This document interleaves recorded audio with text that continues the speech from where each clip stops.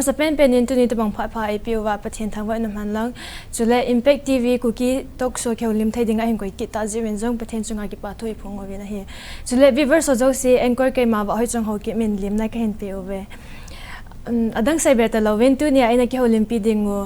tu chunga 2021-22 tarma outstanding youth club award hin mo khule ma ko na youth club lam kai te ni heote ni limna ka hin pilanin ki pa ma ma jengin heote ni tu ni jilai impact TV channel na kheolim thai dinga hong hanjin hong kal song hanjin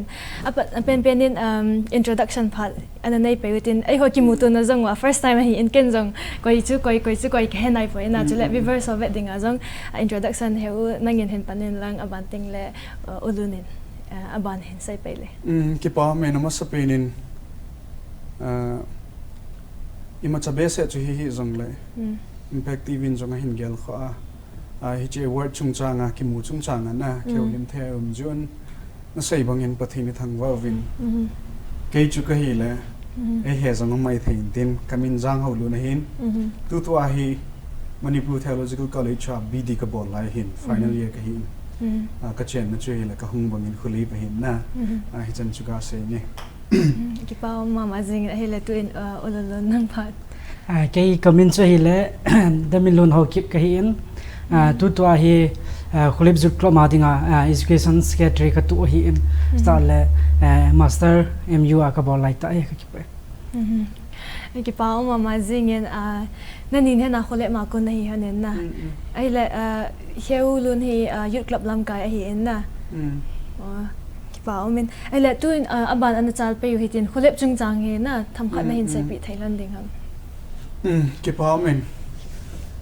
khu khat chung chang e ti ting la hin pile pu hon sei le kilom ta hin pu le pa thu sim hin ching hon sei le kilom ta hin hi jong le yu club mena hung kal song khi thon ji chun am ho hung na ding jong chu ai thei ta lo ji chun kai nin jong het khamin sei hon ning ka ting a hi jing wang chun pu le pa thu sim sei wa kon hin khusum chen dol thu sim hoi tam pi hung ki za jin chen dol khu le veng dol a hi milum lut khat hung ki jin jong tampi he khethoin hi cha hin tu ka chen naw a hu ka chen ma sangun khulip hi ukhul gama kana chen o hin na ukhul gam lai lunga hi kana chen wa hitia chpule pa na khusa hin a hi le chlai phat chun tu ka chen naw sai tu hang khu ni sai tu gam pa zol hang khu khudang veng dang anum nai lo sai tu pa se ana cheng na lai hin na chlai phat na chu sai tu le ma khan khu hi chil hang langa dinga khuma sapin loi hi gitin a hi la sai tu pa na chen chang se ana chen lai hin he ji chuna man jong pula pa sei dan chun a chen khom pi ding a hi lo le khole veng king a kinai pi ding mi na holin a mi na de ti thu a zaun ka pu ka pa hok chun hi che pha chun na mo han jong a hin vewin hi chelang khun ga jong su in tin ne le cha ki hol na jong no min tin tu lai banga government service a kuima ti ha kuima na ki depend be se nai lo chu khanga chu ne le cha hol na ding jong gam le go a ana ki ngam hi je chun ki chi le phan ti tia na ki hol ha pha na chun gam le go ve ding in a hungun he chun sai tu pa ko ma chun khan khu dolin kilom tain aga sei ni he la sai tu pan jong ai lu na zalin gam chu hin pi na to ka chen nau chat khui nai lo to ka chen naw khu 2002 ka hong ki chun su hin khului ki ti sai to ko am ta he na chen ka hewin ka khului pe chu a hin la khulanga ka na chen naw min chu ka hin ki put tanwa khule ka hong ki ti we na to a khuluya pan a khu to ka chen naw lam len ko ma khu 2000 vela pan ai ka hong ki padwa 2002 a hi khuluya chu Christmas China ka manwa 2002 zo apana 2003 a hi khutha a hi Christmas or New Year ho official programs or common pat we na 2003 a he mi tam tai na dong zin lung dong zin khulip ki ti hi unique ta dan no min na dang khumin ho tam ta azangom mai thei hin mi na sai zin I ti la khulip na ki sa ham na chen naw la ti ha na chen naw la do hel hu la ti la khulip na ki sa ham na ti win pa te ho sai da na chu kana chen naw khului chu mul tam ta ki ka he kana chen wa ni sa hung so jong le na ki mu wa lo a lum ding kon ting jong le mundang phat mundang mi danga sanga na hlum wa hi zia chu ลีบนะคุณลีบกันนักกิสาวเห็นนะจะจูทางปีขัดเห็นตัวเห็นประเทศลุงศินินก็เขาคูอินสวมกีดวาลเซนกระเชงวินสุดท้ายเลยจามตะขันคุดอลาหกสปูเห็นจุจังเลยปูเตปาเตอเห็นอมหัวปันละนซาลินอมหัวลุงอมหัวชีนทิพนซาลินประเทศไงลุนซาลินตูจันเห็นกับมาชาลวินนะตูดินมุนจันกลุนไทยนาวไอฮิโลจงเลยโคเลเวงนุ่มตาอาคิโฮตากระเจนไทยนาวจงจุจังเลยจุจุงโจนาตูจุงอาคิโฮลิมนาว outstanding award กัมูไทยนาวจงอมหัวปันละนซาลเห็นเฮซิชนอันตะโลอุลปาเตหอจงกังไงลุนกะจานกับปิโนมินนะคุมีทะเลเงินจุจังเลยตัว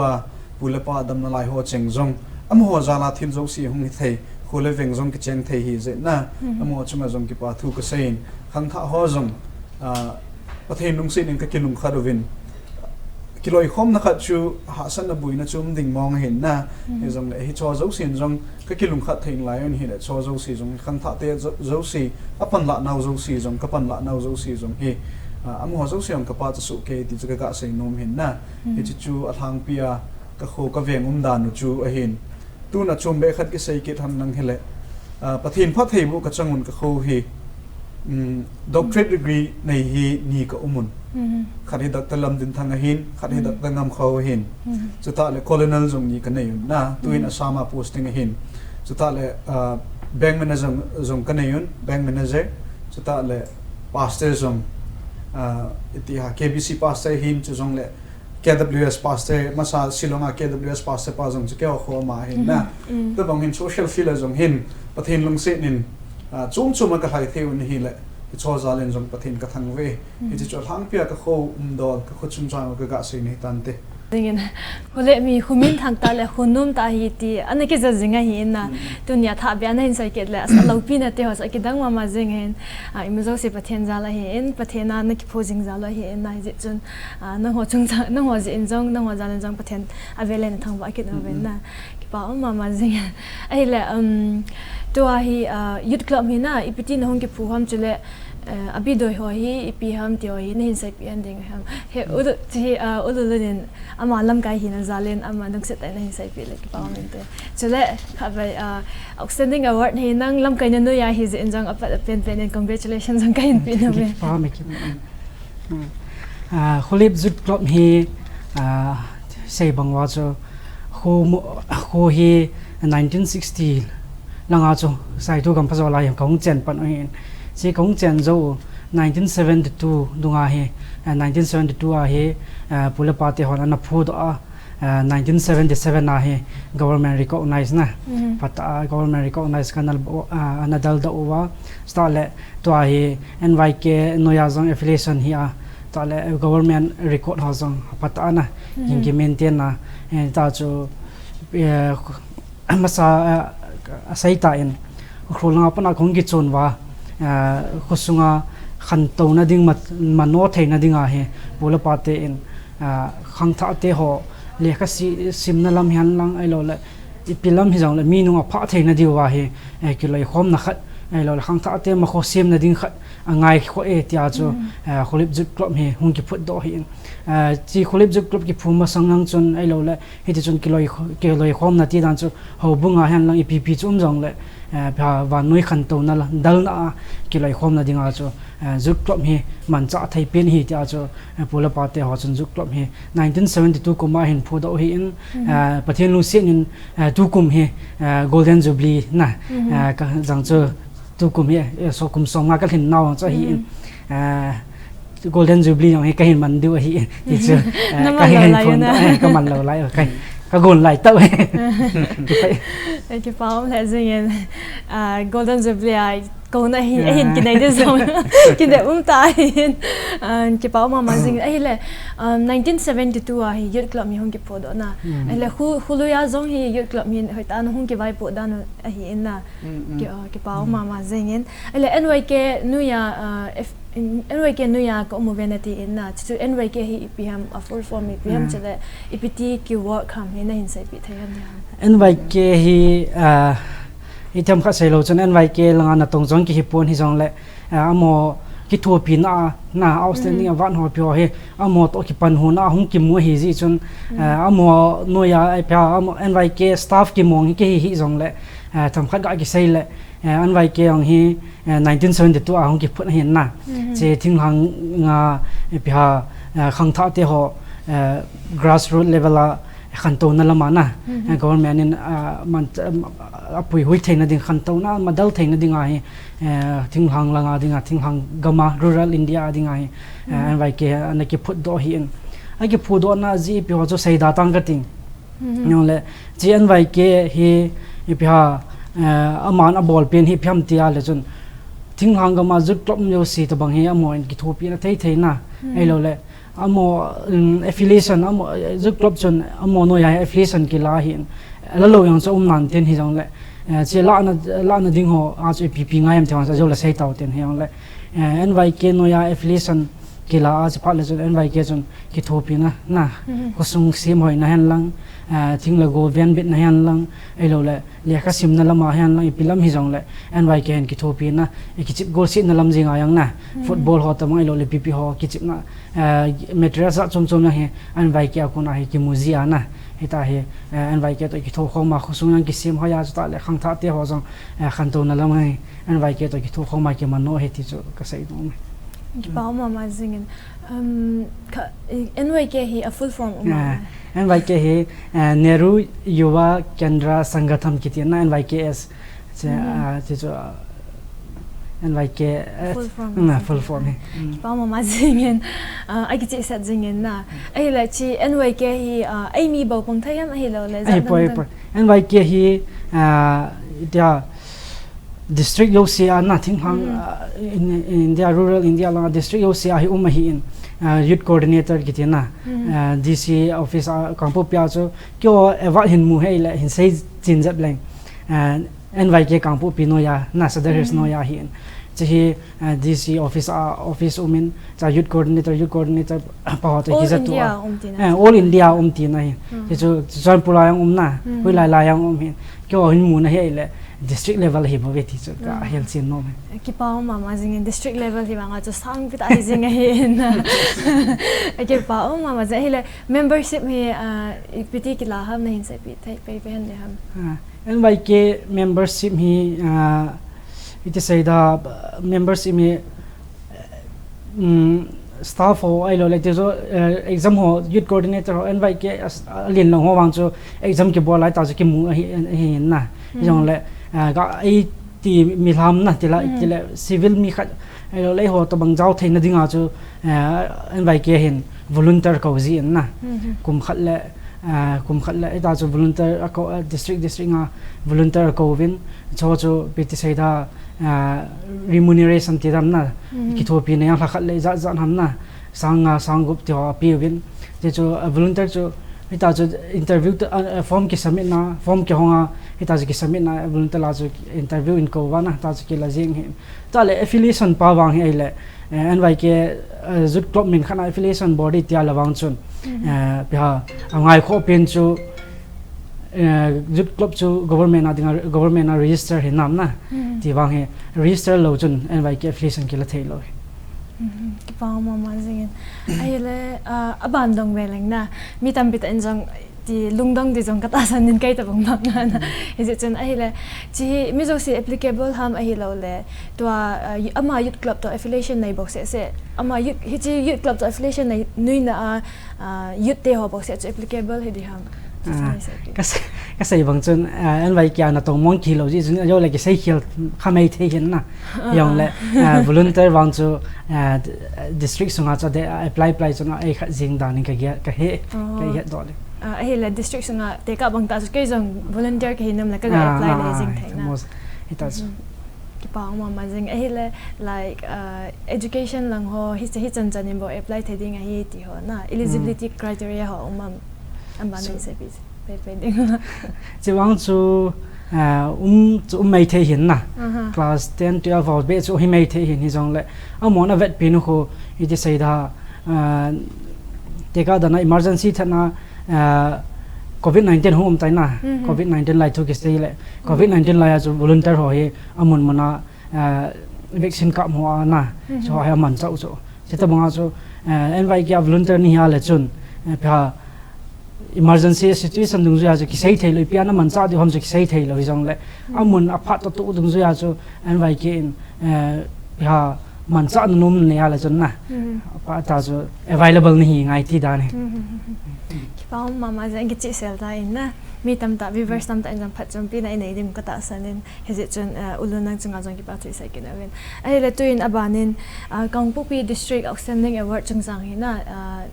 na hin sai pi thai an de ami che he ipiti na hin bol wa na hin mu ham chiki mo mu jing thai chu hi loading thela hi na hard work to dedication tam ta lu ding a hin che te chu luk se ta na hin sai pi thai an ding ham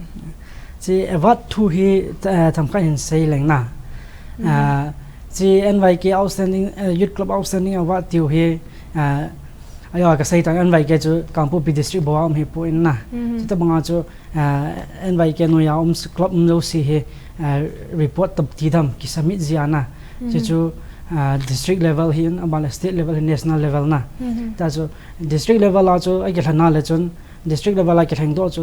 direct state level la competition ayaw kin na state level la ai phala chu state level la mu ho chu national level la ta chu ki thang kin na cha chu prize tidam ai lo la certificate ai lo la case award yang na district level la chu case award chu ka hel khel lo la 25000 tabang na state level ai phala 75000 tabang ta chu amun ma adan dana na state hin district hin state hin abal national la chu ita chu kal hin chi NYK in form notice in sozi in na district jo si adinga he youth club affiliation jo si in kumsunga to tham ho pha evidence to ai lo la pi to na but proof na thei ding chi kumsunga chi ka bol ve ti ho he form an notice in so wa form hin lawa chu ki fill up ma chu ki apply hin na cha chu piti se da mo hin appoint pi dan hi activities za chum literary lang han lang environment lang han lang ipina ita chu chowa hi avet wa category sagi git lang sem ben na cha ko na chu point khat point ni ta na pi wa cha chu ita chu NYK district NYK no ya zu club affiliation hi zo si chun apply thei abort thei hin na chola chu mon khat a hlan do he ti chu ki pa ma ma jing ai le to he na ngo district no ya chu champion ne hota sa na first champion de outstanding award na mo ta na le ti na he ki de da ai le chi ma ban a chunga chu first na ai le he chi na ti na chu la state level la to he na ho na compete ding uti na ham ai ding dol ta chu hi le district mu khat chu state level la chu na direct nga compete de ti na hin na chewang chu tu chan wa hin ke chi na hi yang le ai ding dol ta wang chu hi MU a home Miss Manipur na zau to tu ta ke tu za all ke wa sai ta ten ai le ai ki pa ma ma jing en state level a zong pachana na hin nei ding o kinep na hi na hoi ta en hong pang go ven lang sle e ho lim now ai chan hong chal to ke thanen cham khat break na thao hi ta na viewers te ho ke ho lim na achal ha bang to ke thanen tu hin cham khat break na lao hi te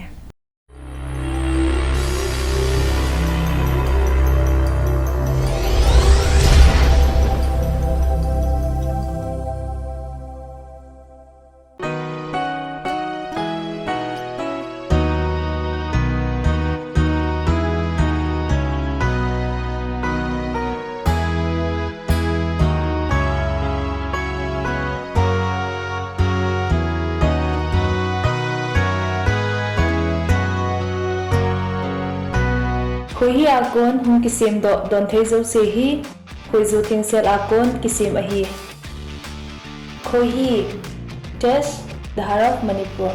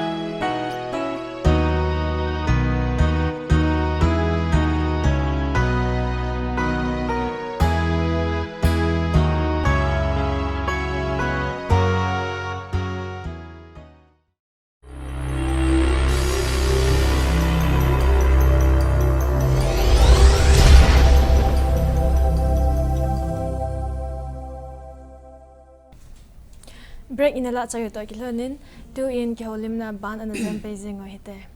ai la oho a hi in ulun a hi in extending award mo ding activities tam ta kahim bolo ve jong na tilan ta ina ai la che activities so hi aban ban cha na na hin se PIPP na bolo ham ti so na hin explain pi thayan ya activities hi ka sai hun bong chun tampi ka hin bol han category ka hin bol win na ye club hi na in ye club se halloween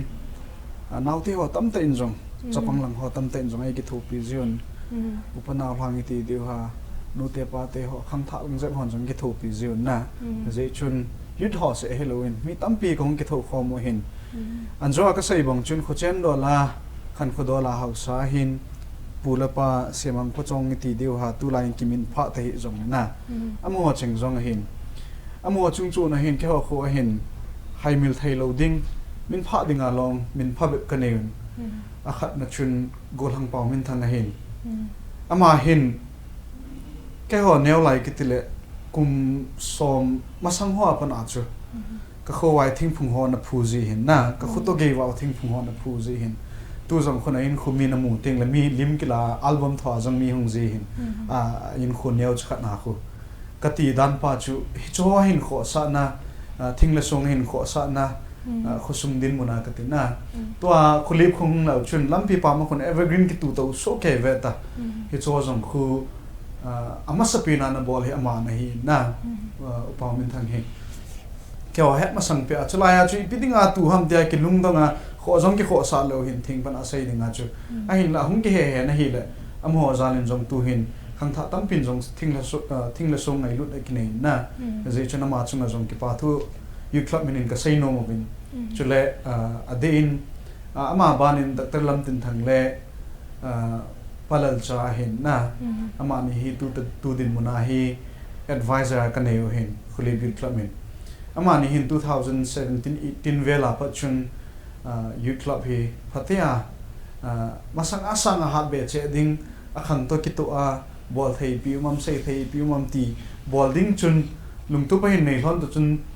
khang tha te ho zo se hin ti lun he ti chun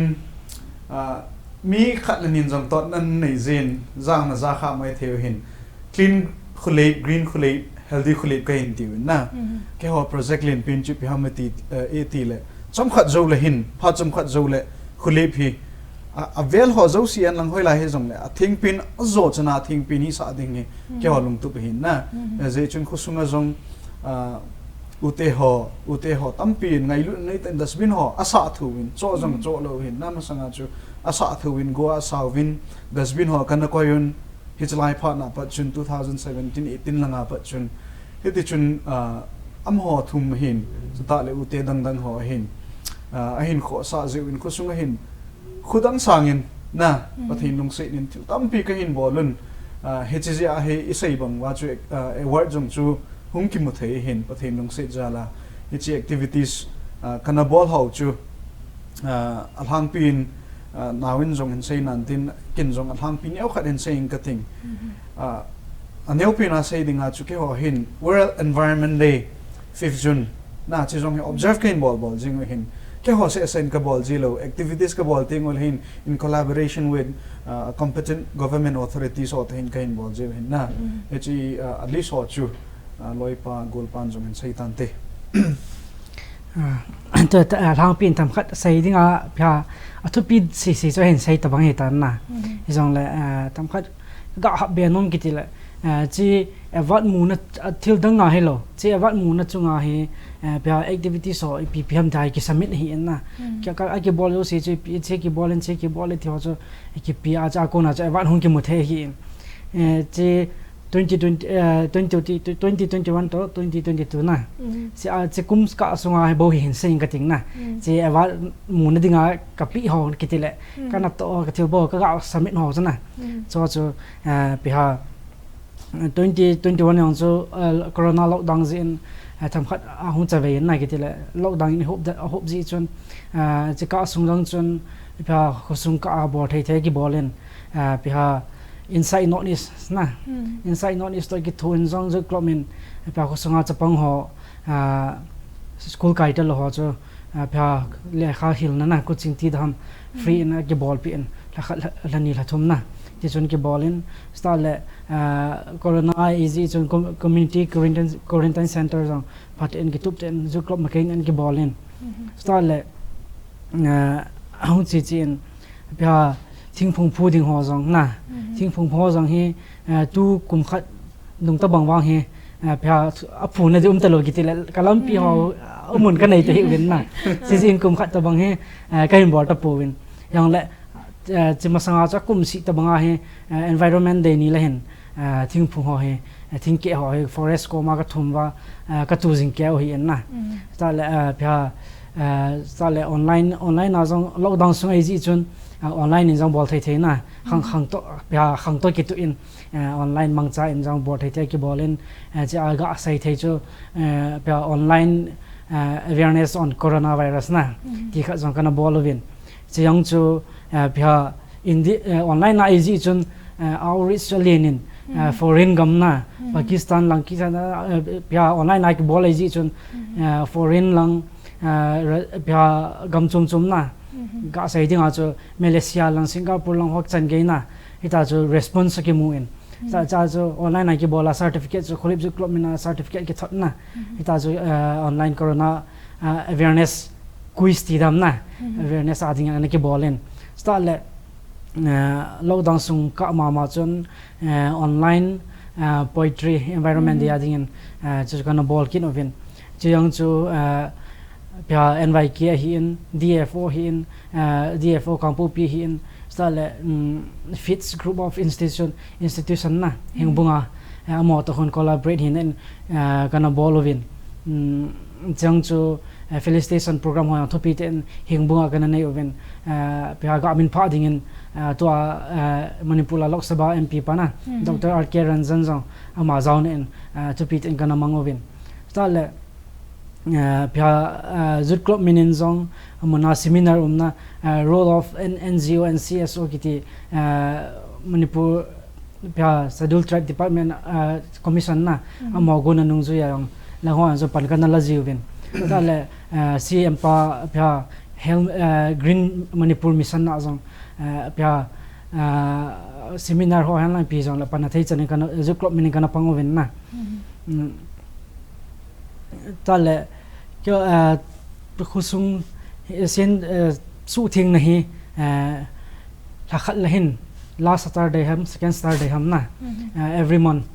jo kana nei jingo he lockdown sung han lai pi hi jong la na ja jo lockdown ti tam pi chum jong le je wat ki muna pa chu 2021 to 22 e ja chu like a ki bor ho kham na tam khat chu ka hin sei ki pa ma ma jing na kilung do na te ho hina aki dangin athupi in na pathenin jong lamkai phata na hin se nen sem do lamkai phata ta nen sem do eventually advisor jang mi aching a team na pi win na kholep yu te ho hin wang phama ma jing oven khusung khudang te ho jong hin nang ho ta bang hi so ke le hen egam sung he khan taw na khudang pe ding a he na khudang te ho jong reverse la a hin ngai te ho jong jita bang hi ai pu do the ho society sung ai pu do the wa hi la chun na an phama ma ding a hi en chele ikitim na jong a hin ke ne oven a hi le chi lo thin na te ho hi ting hen challenges ong te ding a hi en activities te yong tam ta na hin bol ta cha hi yut te la hin challenges tam ta na hin face ding wa hin na chi ho hin na hin sai pi thai han ding han ke hin sai masaleng na je ta na sai chu ki wa chu pia apa pen hoi pen dan nan sei na je wang chu ai be set puntin ai mi te khola za ke ho sanga len ke ho sanga nom adim se ni na cho chan pur langa jang min tin kampo pi district pa bana jang o min tin yang la pi te sei da ita chu mi o se chang lo khat evar khai ki chan ja bo chu nin ko thu hi na anom pen hoi pen ma chu sam pun tin hi ding ang chu ki hon katu mu hin yang la tu chan ge ma chu hi ka tingam pun na yang la hi sei ma bang chun khusung sim hoi ding le khusung ha khan to na mano na ding a hin til bor thai thai chu tampi omen tampi ang cha ke bolin hi jong le challenges ti ding chu bha so ke hin na ta khusung ki vai pu dan jong challenges tampi omen na ti dan chu khusung ki vai pu dan ka ti dan chu bha khang tha te lungel ho hi he thiam lo na pile pu te hon a khang ta ki tu a he thiam lo khat le ni thei na so pe ha thil ki bol ho thì khăn tàu nó làm mà đi ngà bây thinh phung cái phù ham khát rằng lệ với làm khát nào cho thinh phung cái phù lệ lai ta nó phút về thì ta bằng nè thôi rồi thì nó phút thì họ bây khang xây xin này trong các xây nên chơi là khang tôi cái tụ ta lâu nè anh hẹp ta lâu ta lệ bây program họ cái con rằng lệ cho phát này đi can pun thì họ ta bằng nè cho miền cho lên ra cho hệ thống này rằng lệ bị xây ra khang thao tiền là rằng khang thao te la sung jing a jong hin challenges tam pi omji in ti dan chu bisa lungel ki ba lo no cho cha chum chum hi tale pi ha a koi khu kel ha mi chum hi dham na khusunga je jule sa ki ngol sa yong thei i pi pi chum thei hin na so a ko nan jong hin pi ha so ta bang yong hi khan to na mano na hin challenges ta kha na chu la thei hin na ji chu kyo khon jong pat kai yo ka sei hei kha jong chu kai in bol jom chu pya kyo khusunga yong khu lo la ya ki ve ho hi pya khusung mi chu hi lo i wang chu khusunga khu khusung khotolang kyo ke tele kat duty ka pu ju chom khat lai chu deran chu jule sa lo la ya ki ve ho hi na duty ka pu ji win gari ho bang le khosunga jan no ya gari hung lai ho na so ta na tam zo chilanga hai ja chu jan la duty ka pu wa ka che ji na so ta bang he ka bol a ki bol ji so re jam khan to na ding ki tele khusung sim hoi na de chu he be set lo e wanga chu bol lo wa hai thei lo khat na so ta bang he hi so yang he pya zu klop min chun lo dang lai hi tu dung jang he hi khosunga phalo khat min hom an pu lun ham e lo le pham khat hi yang la chon so to bang he patin duty ka bol wen na patin ka che ji wen me lei ho jang abang le corporal dinga kilap ma e lo le pp kilap ma thil ngai mo asilama sai hi la wen na thil phalo pp bol mg hin na so yang chu phata ki vetu ma zu klop me na chu phacho yang chu ha ti sei da challenges ti de jing in na bitang pa ibor khil tha le chun kina na ilo le pham khai thei na e wanga cho to bang jong he a git tu in ti cha boina tam pi chum jong le bia to cho cho hi in ta le sai nong pa yang cho khusunga hi bi sei da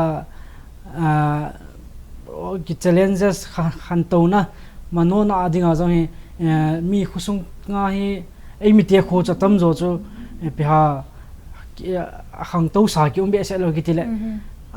khupi ling ta yang ki be se lo na in som cha cha ki chengai ta ho ki hi ngan ta bang emi te kho chu kyo kho ta bang chu kum in som ge ram khat bo ke win chang chu kyo langa jinga chu in lin khupi ling lo ya ki ta na so ta bang chu pha in som mi som jap ji ayang chu boarding ho yang ki board o zo lo ta bang na til tam pi me ti chu challenge dana pha khupi ling ta bang ki wanga chu member ki thom na lai na so ang so ha sat na an to na mano na ding ha sat na khat ka ase khen jang mungel neo khat ga sai ka ting education secretary panan sai chu mudan khat hin na ken mudan chombe khat ka sai no men ama sai ho zo siang chu very much valid hin kei mudan he tu ta dia challenges na ke ho yi club se ka tipoi yi club zo si a hi lo le e ho khang tha ho zo sila e ho nam sunga khang tha ho zo sila challenges ka mu he thilli ta bang ka sai no men a khat na pin a drug abuse hin na statistics so hi hoiten study ki bol hi zong le achi sa kum som thum ma anathi drug overdose anathi le achi sa immediate na achi sa kum ni sunga drug overdose athi hi kum ni sunga chatam zo hi na echipa he very big concern khat thil kho da khat hi tain azai chu pi hamitile masanga chu eho mun ho a hi lo le ai zong ne khe do hin na kham na thei imu sun chu sek mai zu hi jeng na ai lo le thing hang ai ki si mo vai zu ham ipi ham khat chu hi jeng na he chi zong hi he chi hin mi hin khu tam bi ta asu sita in na he zia in khang tha hon pan the ne yam ti pa hi challenges khat in ka geli na drug abuse khat hi drug abuse ti wang wa chu mi zo si a hi wang a chu atam na pe ni khang tha hola hin na นูเลปาปีเลปูจงจูคำนัทเนียขัดนิยมในเนี่ยเห็นละขันท้าหอลไอคำนัทเนียเฮตั้มเป็น victim จงกิตั้มเป็นอดียทีจงกิตั้มเป็นนะกมิตาก็เห็นมูจงอมตายปูนัดก็สายนี่จิจุน drug abuse เกี่ยวข้องเป็นเห็นอับานจุน education and awareness ที่ป้าเหตุทัศนก็สายอิมากันฮิลโดระวังจนโอซาให้กลุ่มนี้กันนับปันหินกันนับปันสุงจนหอยตัวอิน student เขา observe กับบอลเล่นคินเนี่ยเขาขัน observe กับบอลนะกันมูจิพิหามทีเลยจาละ student เขาฮีจาละมีงาฮีมัน objective กิจตาเนี่ยฮิจิกฮีดิ้งฮีเตีย school หุ่นกายนะจาละสวมกิจติตามิทีเลยอิมาก็ฮีเราดีฮิตให้ป่วยกันเชนหา sign ที่ขัดเบกฮีไงกี่มาเก่งก็ดินเทงไงที่ฮีสอมตะบังขัดฮีสกูลหุ่นไก่นะเห็นละจาละสอมกิดละงาฮีชัวเจงฮีหมอกไก่ฮะไก่นะอีพีบอลดิ้งส่งเฮดดีแล้วนะที่ฮะคุณนุ่งเล่กสิมฮีอีพีอากับปันสาดิฮัมกสิมฮีอีพีฮัมส่งเกฮดแล้วนะ11 12in สิมฮอดีเด็กเขา science arts commerce ส่งโจนะทุ่มนั้น streams จมมา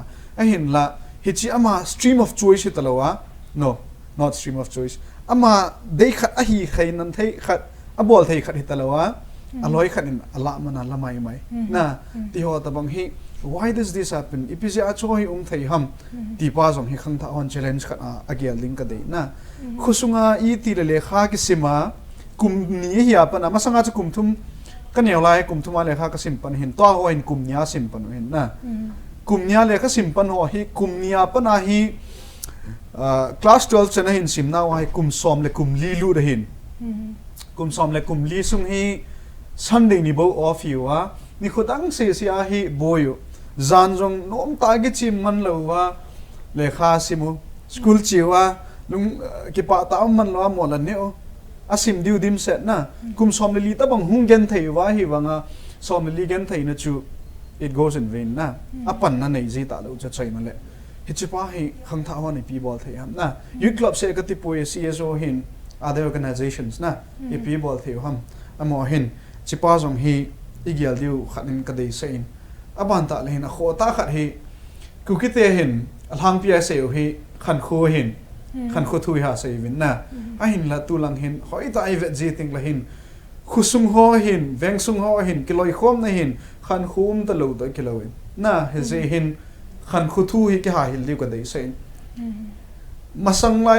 งไลกิติละสอดถาตะกิโลเห็นกุมซ้อมทุ่มหัวแบบกิเห็นอะไรเห็นอันนี้เอาไลจุนคุซุงอายุเตหอจุน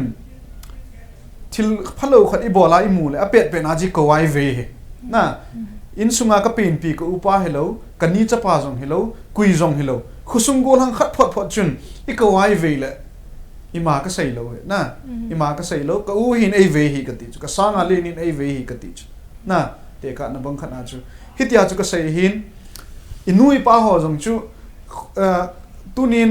ชิกอุปานฮิตินินเวกิติละอินุยป้าจงนี่พิจารณาจนอมทำแต่ไอเวเบียนอะไรเห็นนะตัวเฮจะบังคับกับเวขัดละจุนคุซุงาให้เราแหละคุลายจะบังคับกับเวขัดแหละ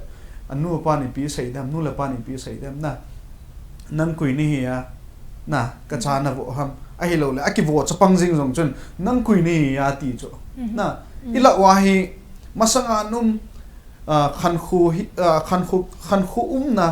ไอ้เราเลย sense of community ติวเตนะ sense of community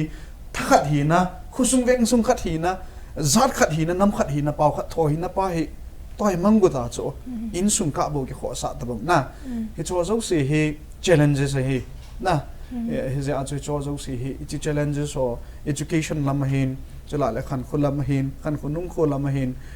จะบังคับอจวนดิ้งดอนอจวนดิ้งดอนด้านหัวเห็นจะจงเลยปัตนาเป็นนายเซลจุยปีตาdrug abuse นะอิชัวเฮเห็นอิชัวเฮกิโลอีกข้อมหัวเห็น greatest challenges อดังจงนั่นเดนะยังจงเลยชัวเฮ greatest challenges อะไรดิ้งก็ได้ใส่ก็ติจูกันลุงเกลก็กะใส่หินเต hoi mama zingin na ke pa mama zingin a hi le ho a hi en ulun a hi en nang ni jong lam kai khat nei ane na ho jong bi di chai a hi en ai le chi challenges te ho you ten a face te ho hi biti overcome dingam ti yong hi na hin se pi pai thai ding han dingam nang ten ni experience a ko na yan lang hi jong le na tam ta gel thayo min drug abuse se musat pe no hin na jani dung khat chun ka Facebook post a ka sei chi pi hamai tile tu line akun jong ngai ba dan tin na drug abuse ai lo la drug abuser ham na thia ki chim ki ngol sa mi khat cha ki mu ting la hin yi club din len ho a hi lo la khusung house ho ti da thing noi ho ti da akui chom ka ti poi na akun avion na pom cha chun na laun a phamo poi na a hin la drug abuse physical problem bo hi lo hin na so physical problem se hi lo khat chu physical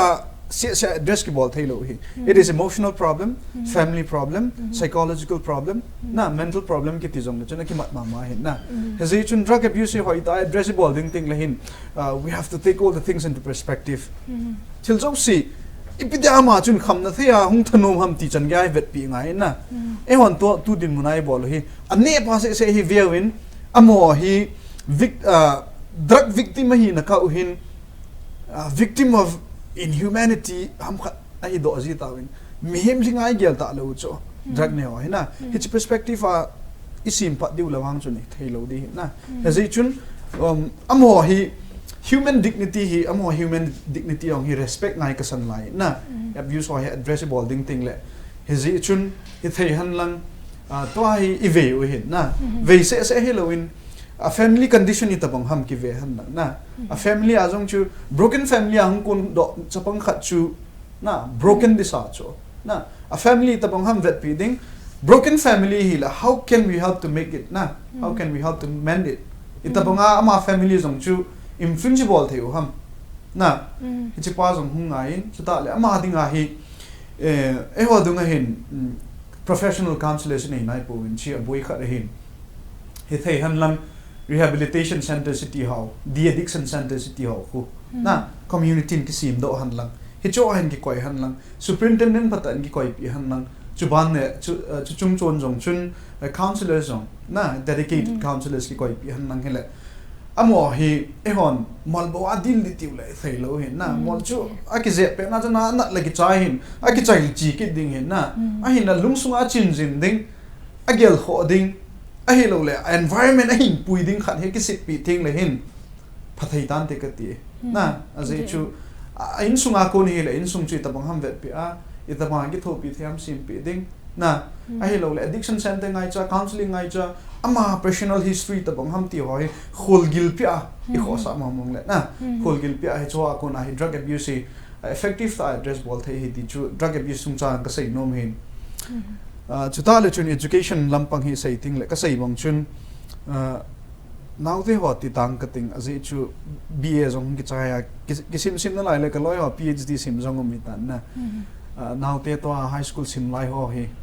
ka sei pi no min chi chui pi ham ti le ei jong chui ma din mun che ki nei nai poi na hi jong le ei ma experience ko a ko na sei pi nom chui pi ham ti le atam zo hin class 12 fi no me ka ti na de sin no me ho hin class 12 certificate thi jinei theina certificate na gel pau hai na I gel pau hi there's a mentality na I gel pau hi lawa khununga dinga inui pa ki thopi na thei ei ma hung phat chom na thei mi nu khat hung hi a in chen na sim teng le na cha the sum le pai lama abui na lo thei diu na din mun na sit pi thei na azo a gel ding ka dei sa in 10 11 12 ale kha thim ta ta zong 12 chai le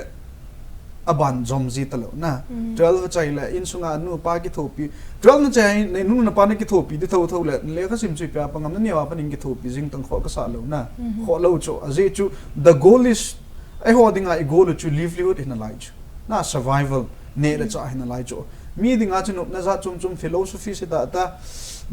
thought process sa chum chum mai thei ai ho dinga chu ne le cha in a life cho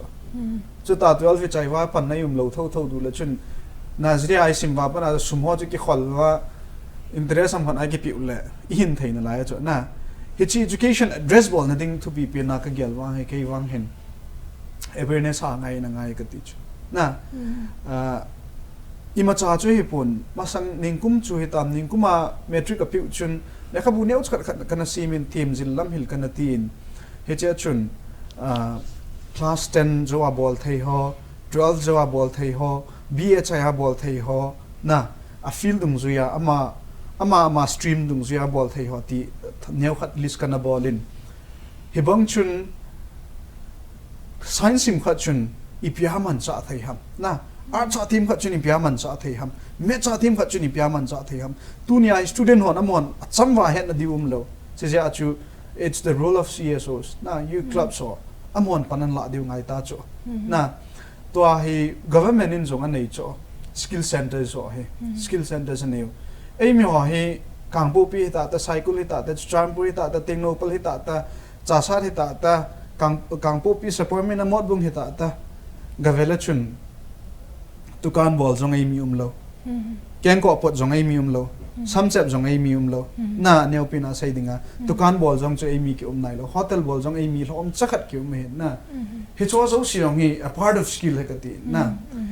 sap tena se uchi pi ham tela dignity of labor kiti nei na to so si za bol na kiti pa nei vin e ho hin za bol thai nai province a kho pin hin te kan na bang khat chun mi khat chun lo kun la za thuma mu cho na ni kho tha chu ken thai ta ni lum kya ni sa tho a kani lei I bol di sat sat chu a kani a chu dammo nai nei pi ki do wa hi tia chu ni kho khat na hi za thum jali ni kho tha be bi lo cho hi chi sang chun hotel to ho khun dukan bol ho khun ni khana maru pa zuyo khu sang khat cho anim pina zuyo khuna zanga sang khat zuyo cho ai le tha a hin lo da khu zan ham ti le rough calculation a 25000 a lo ta cho na mo hin 25000 a lo le chun government service auto ki hi be se ta lo chula na police te an lang ip zong ki hi be se ta lo cho he banga chu hi cho so si zong hi student holding a hi prospect pi deu lampi hon pi deu na hi choi bol theu me hi choi na bol deu hi phone si mai mi zong ka mu be nai lo chu tu ga transport bo a chu khat la nium azi che ho ngan hi je wa kho na kangpo pya zong lakhindar ki te pa khun store li nei cho fun store li na mas ha khat bo bol cho ta store li nei ta cho asum hung kon na kho emi ho ma hiu cho emi hon bol thei lo ham na dunia capital nei hon jong a gel thei ka ti na he na e ho sum capital nei zo lo ho wang chun ka sei bonga chu e ho resource apa na human resource apa na bol thei ho ken ko khoi han lang tu khan bol han lang small business ho na set up ho bol thei ma hi it's why bol di wa lom ta jong he ti hi education lampanga ka sei nom ka hin na azi chu lekhai ta bangin team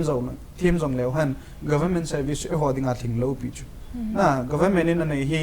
mi zakhat student zakhat la dinga government in service nei som ni ham khat bo cho cha mi som get hi jobless na lekha team ta jong jobless sum tho hi ja hai entrepreneurship ti diu ham thil dang tam ta sum ne la cha khyaw na thei ho hi moi si tum lawa na zabol ta ai hol diu hi ka dei sa khat hi na he chu tu a denga ka sei nei chan chu tan te pa mama zingin tu man tam ta te ho yin reverse te angai te ho phat chom pi mama ding ka ta sanin ke ta zing jang ka phat chom na hi je chen o ho chung hi na o don che na ni ne chung na avelin ki pa tho gen sai kin na chela tun aban ana chalo hi le ti khang tha te khusung khan to na dinga hi khang tha te mo po na na ti dem chi na hin se pi the de ham I mo po na o tiจะจูทำคัดเซลงนะตัวหินใส่หัวยังจะหิตาเองส่วนจะหมอปุ่นงั้นหินนะใช่ยังจนทำคัดก็เกี่ยวกับ education ละมาจังหินอีพา awareness ที่ทำขังท่าเต้นขังท่าเต้นboarding เพื่อเกี่ยวกับการหินจีบอยู่ขัดนะหินใส่แรงmission หัวห้องเกี่ยวกับ school เห็นลังไอ้เราเลยเพื่อ engineer ลังไอ้เรา medical ลังไอ้เรา exam หัวตัวบางหัวหิน form ห้องเกี่ยวกับน้าไอ้เราเลยmission หัว university ตรง mission ห้องเกี่ยวกับพัดเลยเห็น notice ก็ตัดตัวจิ๋วจ้ะก็โซ่จิ๋วนะ WhatsApp group ตรงนั้นลังไอ้เราแล้วก็ส่ง notice ก็ตัดจิ๋วจ้ะส่วนตัวบางจังหินพิธีใช้ได้เฮหัวนั่นเฮ็ดวางอ่ะจ้ะ hello เบะขัดจนไล่ school อาเชียวแม่เช็คห้องใต้จวนจ้ะ hello นะส่วนห้องมันส่วนหินขังท่าเต้นเพื่อaware education ละมามิน ai khát thấy nó đi ngay na mình bây giờ ông mình chỉ ông mình thì họ hệ chỉ sim nó đi in chỉ cái hàng thì họ na cho hệ khát về bị xây ra tạ lăng na thì thầm khát thì ngày họ có sợ gì na cho cái quan trọng cái hình chỉ biểu khát hiện cho là exam họ rằng he bây giờ họ hiện hệ sẽ gì bổ biến na thì cho bị exam chỉ ông tu lại chỉ cái hàng thì họ he na chỉ board hay thì họ he so yang he hàng thắt thì anh bây giờ họ sung hàng nó lại giống lại so yang he cái tạ lăng dẹp gì là na thì họ rằng he ngày cái đấy sao hiện cho là tu bị bên tí đam khát na cho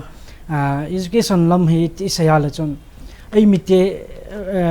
quy khô yang cái chọn point hiện là ai mi te khô tâm pia he school hong na government in pi school hong man lawa cho ai họ muốn cho mai chỉ vậy mà sung school in này họ cái mang lâu cho na cho tao bằng rằng he thì hắn lăng bây giờ government in pi cho mi te cho tâm đồ cho nhẹ là cha cái họ thùng cái này lại cho na thì cho ai là in nhà vào bên class KG vào bên class 8 chân họ tao bằng cho khung school à cho government in pi à cho sim thea là cho in chân yang phát ta bây giờ sum là phải đến mùi yang phát ta ai khát dâu cho na cho gam phát ta private school à bây giờ sum là phải luôn na KG tu à bên hin sim sang à cho cái khung à cho class 5 chân hi giống lại government in school pi ho wa chu iman cha thei wa la chun pya in chen jong na sum le pa hong na jang nu le pa ding a jang nom de hin chi hin pya government in a heading board dolta school pi ho government school ho yang he hai ten mang cha hoi ten na oza om lo jang le complaint board thai ham na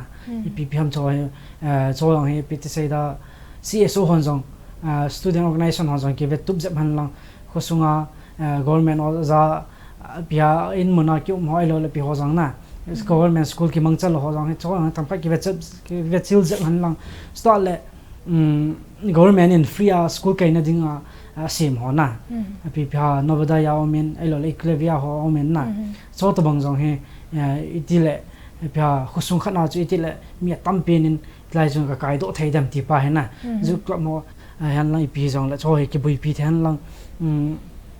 cái hình xây nó mai kêu họ thui xây dựng cho kêu họ hình giáo xã kết lệnh này nó về đây hiện là cái level hiện là hiện số yang kêu anh rồi bây giờ phát ta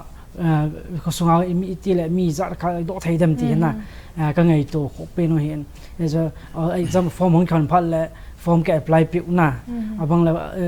board thay lo form cái apply phiếu abang là khát là ni ham coaching ka la piu na coaching ka so lo class 8 ai lo la class 60 ho na JNV han lang no eklavia han lang ai lo la pia school free government run ho he na so yang he a hi na thei chanin pia tam thei penin na I khosung ka ai lo le e pia zuklop mina kyung ji I khosung mi chun I khosung a chapang tam thei penin government school ho hen na cho to bang han kai thei le ti jong he ngai to khat na pia mùa phụ nó khẩn là giúp lắm hay là bây giờ là mùa phụ nó khẩn hiện đó là education làm sẽ hay là và government scheme ho he ai mi te government scheme government policy ho vậy tốt chất lên à vài giờ thì coi mà kiếm lời cho em ai bao nhiêu vài giờ ham na in này lo mình in sao pi cho government ai lo là tin này lo tin là pi cho na ai lo là ít cho tuy nhiên anh này lo tuy nhiên anh đang pi cho pi số cái cho government này vang cho ít ra na cho có số nga bia chẳng lâu na ai lo lại hết phải lo kêu na lại ham na gì anh chẳng tao bao nhiêu mình là sẽ pi cho na free ai vang cho bia anh mua lâu kêu cho tao bằng họ he bia đi xây ra có số khát na cái vai phụ thì làm cái túp thấy na đinh hàng lại pi đinh hi giống lại cho he government nào có nào cái một thế giới gì na mù na ding hi bây giờ club han lang ipi jong la choi ki gial kho han lang ai lo adi lo jong le ai mi te tiam ke wa khose ka ti na hello ai mi te mong he ti lung ki me sayin in maya I lei to la min thil khat hong ki bola I mo ve na le chun inup na bol he ti ta banga chuna ai ma ki nom lo le min in maya I tha le chun ima chai sai lo wa je anom ki hi cho na ki bor sa cho che ta banga cho ai mi te bị say đó question mi cái đồng lâu cho cái question cái rice ngam lâu cho bây giờ thì lại bây giờ aviar cái bò vào na thì anh cho government scheme mà phim khát hình lal khát avat khát ai lâu là adi lâu khát umai yang lại coi mai cái đồng ngam lâu